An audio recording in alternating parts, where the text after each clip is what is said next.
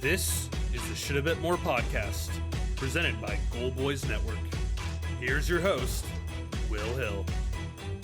Welcome to the Shoulda Bet More podcast, presented by Gold Boys. Coming up on the show, Chris Fallica, the Bear from Fox Sports, will join us. We'll talk some Major League Baseball, pennant races, awards. We'll talk some college football, maybe even get some tennis. I know he's got bets on the U.S. Open, so excited to talk to Bear. And baseball is where we start, and I was going to start the show praising the Yankees. Hey, nice win against Schoolboy. You win 2 out of 3, maintain a 1-game lead over Baltimore, but of course they blow it. Clay Holmes does what Clay Holmes always does, 10th blown save, and you take what would have been a really good win and turn it into a bad, bitter loss. They even score first in the extra innings right away. LeMahieu comes up with a base hit, up 2-1, which is never enough. The one run in the top half of the inning is basically, in these extra innings with the ghost runners, basically just like holding serve, but still, you got it quickly. Figure, hey, maybe they're in good shape, but nope, they lose it, they blow it. And now they are deadlocked with Baltimore. And, we talked so much about, hey, easy schedule in August. Well, that month of August, this month of August is quickly melting away here. We are quickly flipping the days, getting towards September. And they really haven't taken advantage. They lost 2 games to the Angels. They lost 2 games to the Tigers. They lost a game to the White Sox.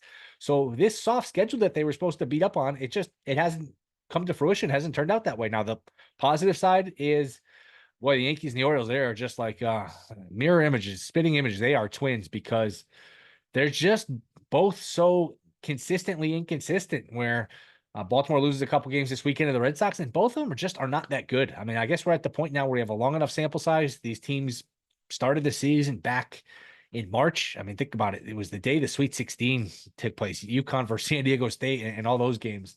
And here we are, halfway through August, more than halfway through August, and they are deadlocked, the same exact record. So, hey, if nobody's pulled away at this point, I don't see why anybody would pull away. These teams meet September 24th. And I would imagine when they meet in Yankee Stadium that these teams will probably be within a game of each other, one way or the other. Yankees still the favorite in the division. I've maintained all along, I would just take whoever's plus money because I think it's a toss-up. I understand Baltimore's got a ton of pitching issues, which they do. Their offense is come and gone, but this Yankee team just continues to show its flaws. So Yankees minus 165, Baltimore plus 120, Red Sox 90-1. Red Sox are in some trouble. I mentioned before the weekend, and I think we talked on Friday, and they just lost to Baltimore that Thursday game.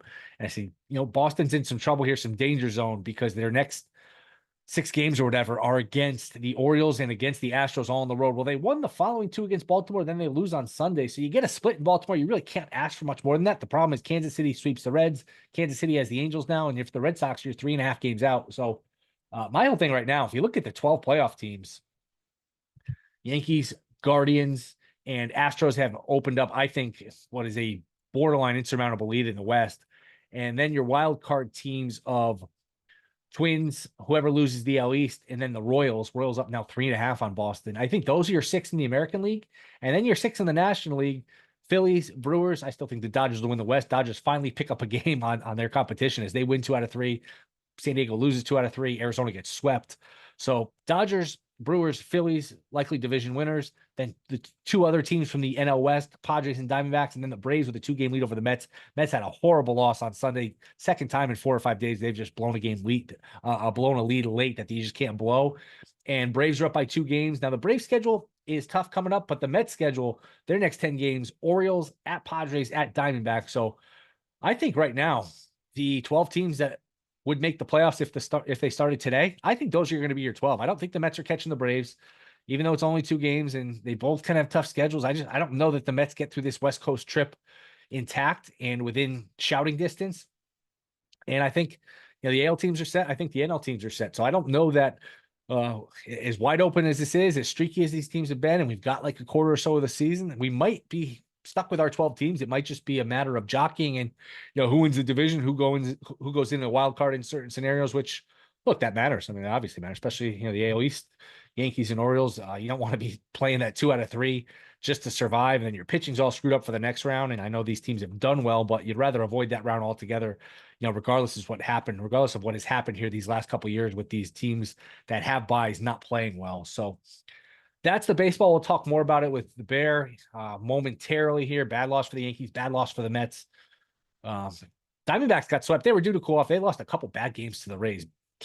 rallied late in the Sunday game. We're down 6-0 late, tied it, and then lost in extra innings. Hadn't played a similar game Friday where it was back and forth. They played some wild games, but they get swept. Tampa's just a plucky team, man. They don't have a lot of talent trading guys, and you look up and they're still a game over 500. That is a pretty well run organization. You think what happened with Wander Franco, Shane McClanahan, all the injuries, small market, and they just continue to find ways to to be respectable, to be competitive. So that's the baseball. Quickly on the football, before I get to Bear, I watched a lot of the preseason this week, and I'll have some takes. Maybe I'll talk about it more Wednesday. There is one bet that triggered there was one bet I couldn't ignore based on watching these games. Pittsburgh, I watched Pittsburgh Buffalo Saturday night, and you don't want to overreact to the preseason, but you also don't want to just ignore it and underreact. Pittsburgh is going to be bad. I like Pittsburgh under wins. I bet them. I like them 30-1 worst record. You can get that at FanDuel, and I like them 14-1 to score the fewest points. I know Jason Stark listening going to be mad. Adam Hill listening going to be mad. Steelers fans, look, I know he does it every year, but you look at the quarterbacks they beat last year, and you can't. You have to have more of an argument than, hey, he does it every year. Because look, just because you got lucky a couple times doesn't mean you're bound to continue to get lucky. And the quarterbacks they play last year, I mean, they swept the Ravens, they swept the Bengals, they played Browning twice. Burrow was hurt. They played Tyler Huntley. They played Dorian Thompson-Robinson. They played Bailey Zappi. It was a weird year last year where a lot of teams had injured quarterbacks. This is not going to be, with this schedule, a similar thing here in terms of strength of schedule. They're going to play a brutal schedule. And really what triggered this bet, Russell Wilson looked awful. He could not move. This is a guy who relies on his mobility. I know he put up decent stats last year, but look, Sean Payton, who we can debate, is it him? Is it Drew Brees? Is he a little overrated? Maybe I'll buy that, but I don't think he's a complete moron. And he said to Russell Wilson, you know what? We owe you a lot of money. We owe you years on your contract. I don't care. Get out now. We'll pay you to go away, which is a damning sign. And Wilson, I can't explain how bad he looked. And again, his numbers weren't bad in the preseason game. He's like 7 of 10, 8 of 10. Didn't do anything though. Only picked up one first down, and he could not escape trouble. He looks just completely like a giant fork is stuck in his back. He looks completely washed.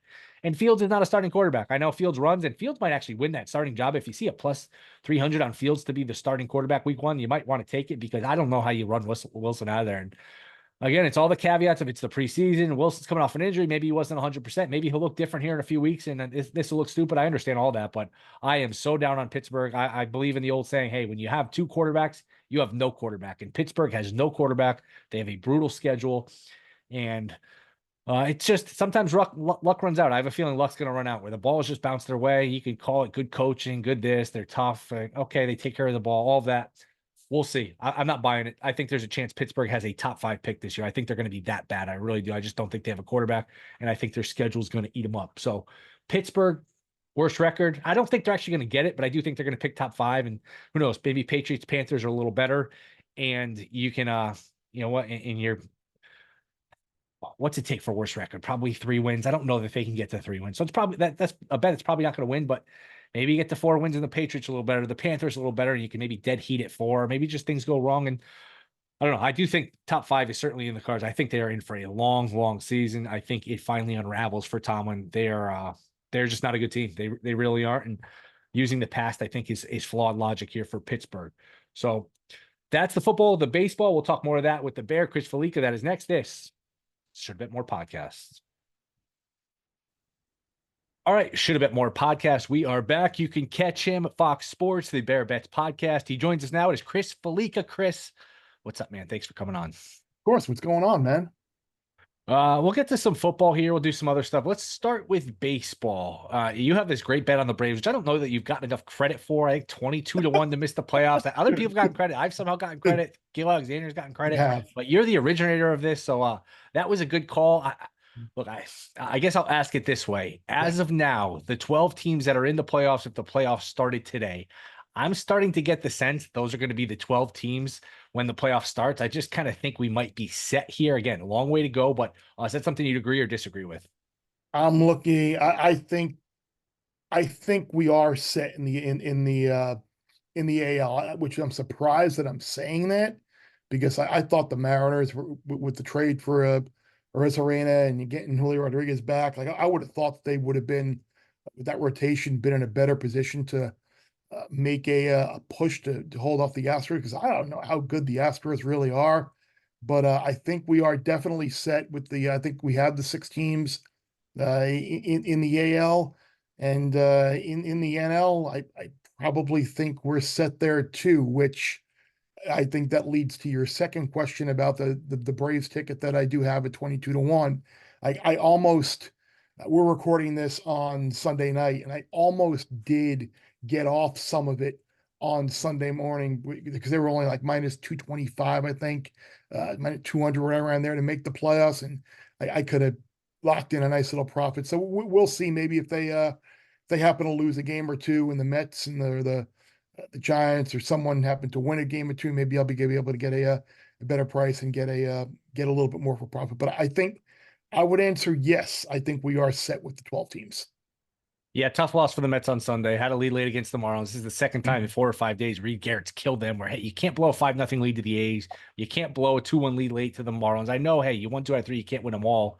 But especially when you have the 10 games coming up. I mean, the next 10 games, Orioles, then a 7-game road trip, Arizona, San Diego. Now I know, look, it's been a weird season, and you start playing this win-loss game, you can get in trouble because who knows what's going to happen. But that could be a scenario. That could be a 10-game stretch where this really finishes the Mets going forward. But I will say in to take the other side, you look at the Braves next whatever dozen games or so. You got 7 with the Phillies, you got 3 at Minnesota, and 3 with Washington, who's been kind of scrappy. So I mean, there's an opportunity that's like a 6-7 or a 7-6 type stretch. And if the Mets can hold their own there, then they wouldn't be out of it right then and there. But yeah, you do look. I think it's the 6 games after that where the Braves to start September have Colorado and Toronto in Atlanta, and that's an opportunity where you're looking probably they're going to go 5-1 at least. How many wins? I think I asked you this through text the other day. I was surprised with your answer and Gillian there. How many wins will the American League East champion have between the Yankees and the Orioles? Yeah, I think I said 92, I think is what I said. Which at the time I think meant the winner goes 500 and the loser plays under 500. It's like, I know they've both been up and down, but that's not giving them a whole lot of respect. So you would say over. You think we're more looking at like 94, 95? Yeah, the 95 was the number I had in my mind. I think a couple weeks ago I was like maybe 97, 98 is what gets it done, but they both just been so spotty, and the Yankees really haven't taken advantage of that easy schedule as we're recording. They're up 2-1. They just blew a lead in the ninth. We'll see if they can hang on. Yeah, I think one of them plays well enough to just play a little bit over 500 and get to like 95. Yeah, maybe I am speaking through the prism of my Yankees under 93.5, under 94.5 bet that I have, and yeah, so maybe I'm still have a little bit of a wishful thinking on that. By the way, man, like, could you think of a bigger non-story, non-event, non-whatever from earlier in the year? Like when we hammered all these Aaron Judge unders because his toe and his foot. Oh my goodness! He was saying how he's not going to be able to play. I mean, it's mid-August and he's gone over everything already. Like you talk about getting a complete ass kicking in a prop market. Good God. Yeah, and some of these credit books, they are very quick to grade the losses. Like the second he rounds third base on that like 44th home run, that thing is a loss in your account. It's funny how that works. It doesn't always quite work the other way. No. It's funny because I had a couple of Olympic bets. Sure. That events were on like Sunday and like it's like Wednesday, and I'm like, yeah, the 800 like that was on Sunday, and like the 10-meter dive that was that's still pending, but the 3 that lost, like the Lyles to win the 2, like that's already been graded. Like, it's weird how that works. Just hadn't gotten around to it. That's all. Just hadn't gotten around to it. Exactly. The honest people, they'll get to it wherever they are. Anything awards wise baseball you think is worth discussing, worth betting? You asked like the playoff spots. Like, I guess the only thing that probably is up in the air. Well, I shouldn't say that. I don't know. Is Cowser going to win AL Rookie of the Year? Like, I don't know what to do there, but I don't think any of these really are like bettable. I mean, I think Sale is going to win NL Cy Young. I think Skubal is going to win AL Cy Young. I think as much as I would like to make a case for Mark Kettle Marte or Lindor to win NL MVP instead of a designated hitter. I think the voters are going to vote Ohtani. I mean, the NL Rookie of the Year, I think, is the biggest question mark right now. But I again, it's not worth something running out and betting because the ship has sailed on Jackson Merrill. So like, I don't think I don't think there's really a bet to be had in any of those, which kind of sucks. Yep, tend to agree. And Lindor, who you've talked about as a sleeper for MVP last time you were on, it was like 30-1. And we kind of, you're like, man, I don't even like this, but I'm going to mention anyway. He had a chance at least on Sunday with men on base, ninth inning, to have a little bit of a look. It's a Sunday against the Marlins, but a little bit of a Heisman moment where hey, you get a game winning double, game winning homer. That's you can maybe inch closer to an MVP, but couldn't come up with a hit. And I do agree. It's probably going to be Ohtani, as the odds suggest.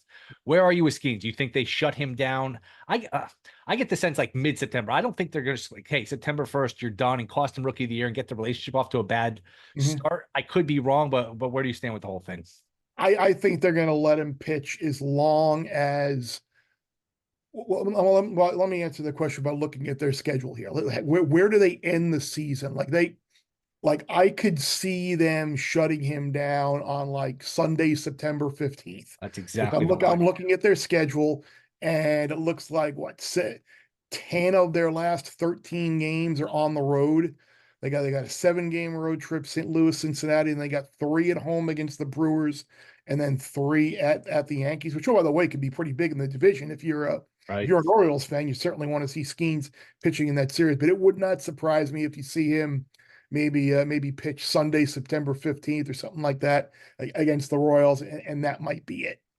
I agree. I think there's a sentiment like September 1st he shut down. I just think that's extreme. I don't know that there's any reason to pitch him September 25th, September 30th when you're out of it. But I think a compromise of like mid-September, hey, nobody's going to probably cost him Rookie of the Year. Nobody's going to not vote for him because of like 1 or 2 starts in September. You're either going to vote for him or not. So I think it's probably how they play it. College football. I think you and I before we go college football, I where are you? Have you played any of these World Series exactas? Because I still think there's a good prices available. It's me, and maybe I'm prisoner of the moment because these 2 teams have been playing great for the last month or 6 weeks or whatever. But I think we've seen enough from the Phillies to know that they certainly are staggering home here, and the Dodgers now with Glass now hurt. Like, who knows what's going to happen with them? I think there's a really good opportunity. If you kind of just you kind of take the Padres and the Diamondbacks and just wheel them with a couple of teams from the American League, like you can get like 190-1 with like the Diamondbacks and the Padres with like the Royals or something. And I know that price was longer a couple of weeks ago, but I mean the Royals got a great chance to come out of the American League. But I mean, basically take your pick, because I'd love some type of price like that. Will the National League champion be San Diego or Arizona? I think there's a really good chance that happens. I haven't done it yet. I just haven't. I don't know. I guess I could have, just kind of round robin and picked a few of them and gone that way. I just haven't decided who I like the most. I kind of lean towards the Padres. I just think their bullpen is the tiebreaker among these other teams. I just worry that I'm like buying it the wrong point. Like the time to buy was a couple weeks ago. So yeah, I don't know. I just felt like I missed the boat and I didn't want to jump in. Are we overlooking the Brewers completely? Yes. Yes. Like I am naked on the Brewers. I have nothing involving the Brewers. Like, it just, is it all date back to just, they traded Corbin Burns, so they're tanking the season? Oh, by the way, we have an entire season worth of work now a proof that they're actually pretty good.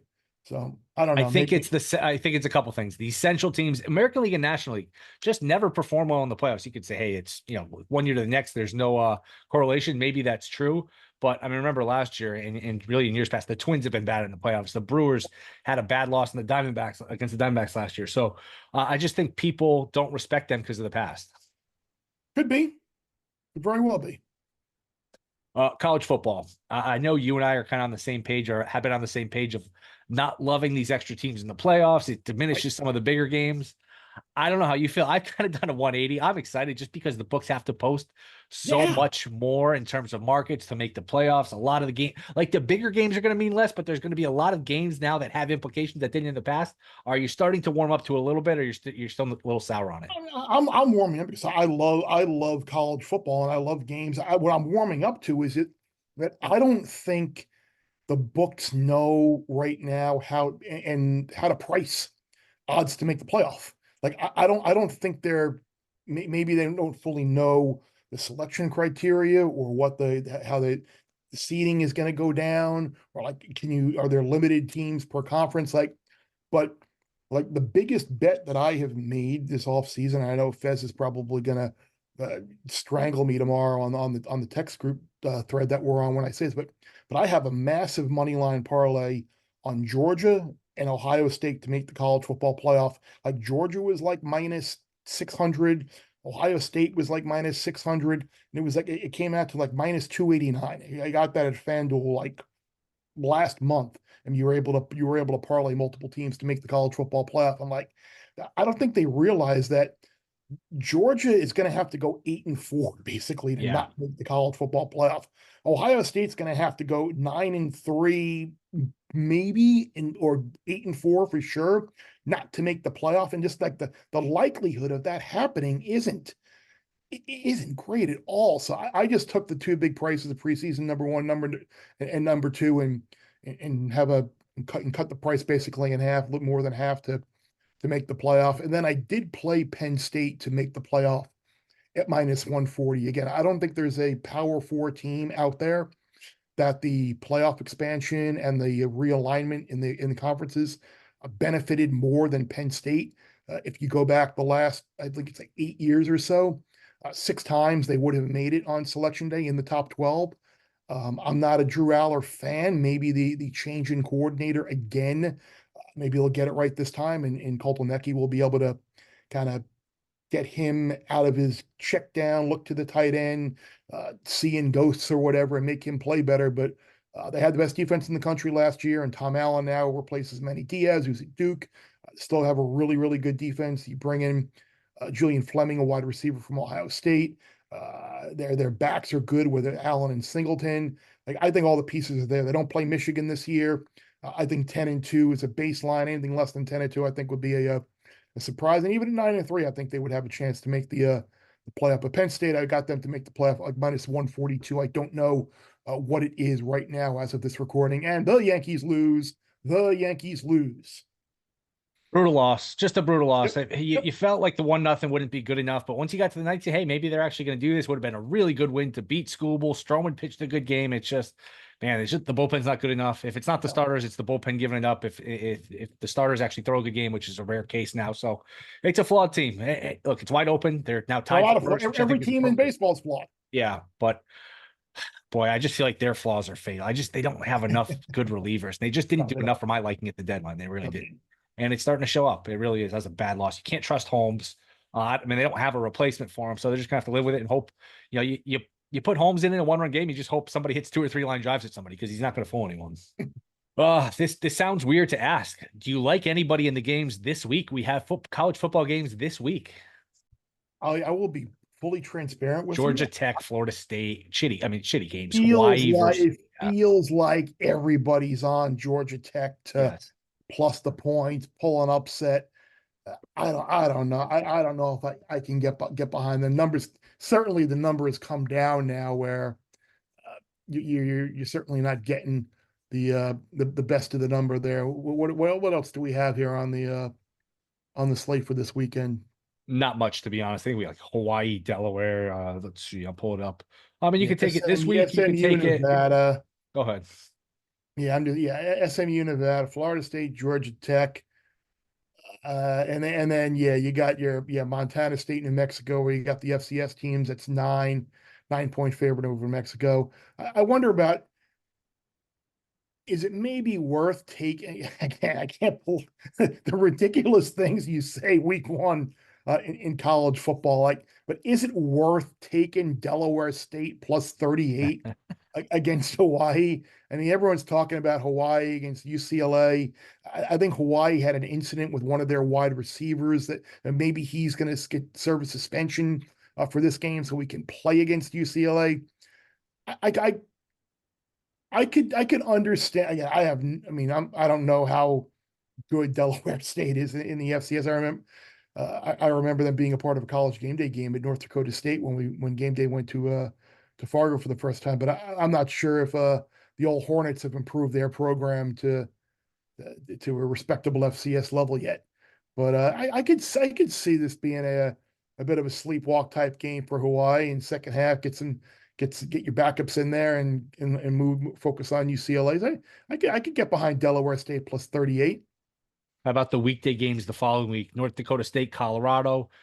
Colorado laying 8.5, Minnesota laying 2.5 to North Carolina.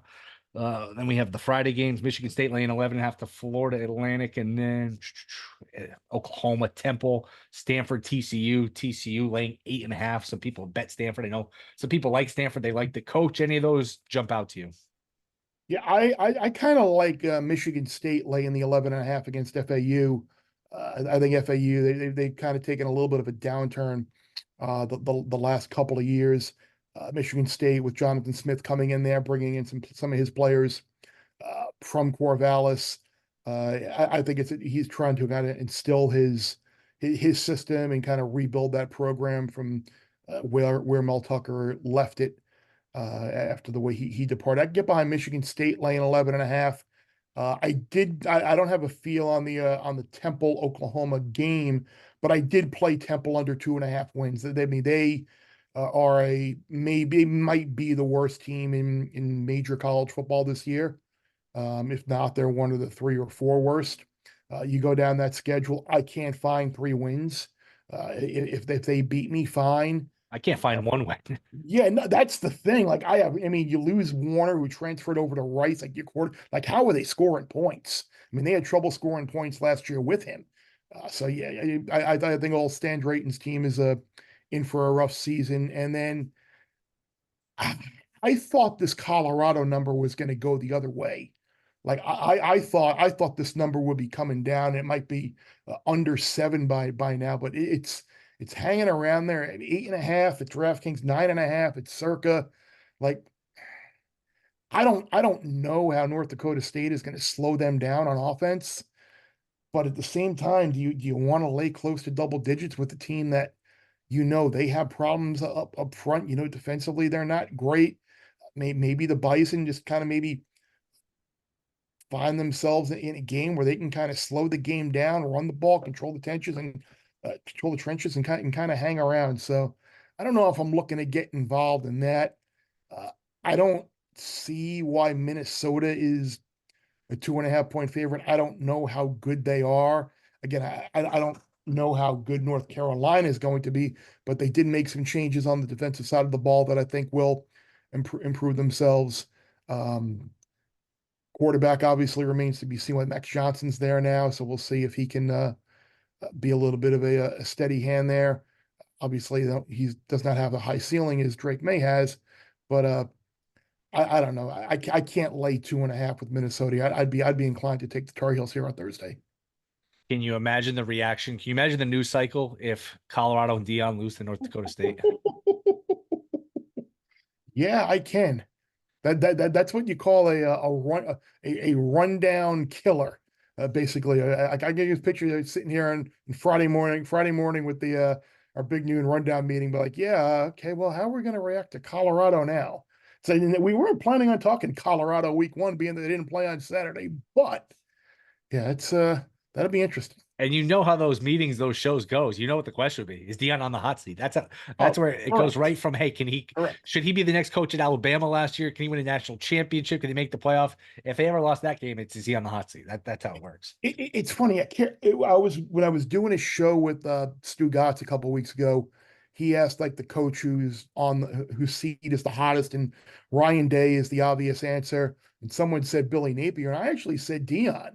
Because I said, you look at where we were last year, and and then the offseason the way the season went down and mismanaged some games last year, you do it all again. You run off some more kids, you run off some coaches, you bring in a new coaching staff, and you got maybe the two best players in the conference in Shedeur and Travis Hunter. And if you have a bad season again, I mean, not only does that kind of like derail any momentum that you have at Colorado from people thinking that you might be able to do the job, it kind of derails thinking that, okay, he can be a coach at this level. So yeah, if they get off to a bad start, or if they go 5-7 again, I think there'll certainly be some eyebrows raised. Last one, anything for US Open, either men's or women's tennis? Yeah, I played Paula Pladosa at 50-1 to win. I think she's down to like 40-1 now. And I played Mira Andreeva at 26-1. And I think her number has come down as well, just because she had the 3-set loss to Iga Swiatek on Saturday. But these obviously are sight unseen with the draw. The draws will be coming out later in the week. But I think, and it was funny, you and myself and Gil have a good time on Twitter. And I like winding Gil up about Iga, who I like, by the way. But Gil has such a high opinion, and he should. She's been great on clay. But if you go back and look at her 16 slams that are not named the French Open, there have been 7 first-week losses, just 3 quarterfinal appearances, and the 1 win a couple of years back in the U.S. Open. So I think if you can find, I mean, depending on, again, who's in her draw and what the path might be, I mean, they're up 16 slams out, not named the French Open, only 3 quarterfinal appearances, and one, like, that's an opportunity to make money if you can find someone in her part of the draw to win the quarter or make the final, or find some other prices to get there. Because I think, and obviously the way she got blown out on Sunday against Sabalenka certainly would be concerning. But I think the people, in fairness, will say that court was extremely fast, and that's not the type of court that she likes to play on, and probably isn't going to be as fast as the court you see in Flushing Meadow in a couple of weeks. So I'm looking forward to seeing the draw. On the men's side, I did play Daniil Medvedev. I know he didn't necessarily look great as well in his last match, but he always seems to play well at the U.S. Open. He loves the fast surface. He's a great returner. He's a guy who can problem solve and think in the middle of the match and kind of figure things out as they go along. I think he's a great play at like plus 750.